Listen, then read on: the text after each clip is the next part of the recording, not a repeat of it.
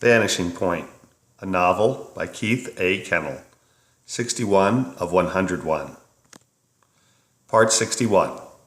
Mrs. McNutt answered the knock on the door, declaring, come in, come in.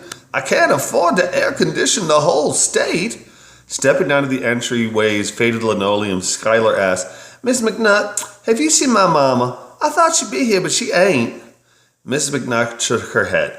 "No, honey, I haven't seen your mother," she replied before pointing a long, crooked finger at Sarah and asking, "And who's this?" "Sarah Conan, ma'am," Sarah said, nodding her head. "Pleasure to meet you." Mrs. McNutt tilted her head to the side and nodded twice slowly, an appreciative smirk on the elderly woman's face. "Such manners. Very nice to meet you as well, Sarah Conan.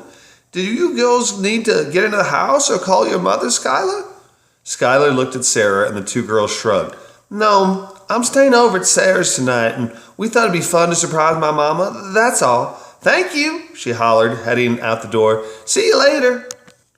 Sarah turned to follow, and then, remembering the warm feeling she'd experienced when Mrs. McNutt had praised her manners, turned, said, "Pleasure to meet you, Mrs. McNutt. I hope to see you again," and followed Schuyler out of the house.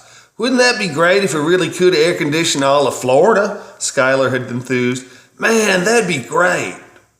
"I'm really surprised my mama ain't here," she continued, skipping down the wheelchair ramp and walking back to the front stoop of the tiny rental where she lived. "I wonder where she is," she asked, grabbing the electric cruiser and her helmet. "Anyway, we'd better head back. It's starting to get dark." Sarah rolled her eyes at Schuyler's commentary about fading daylight, placed her own helmet on her head and said, "Is it? I hadn't noticed. Let's go."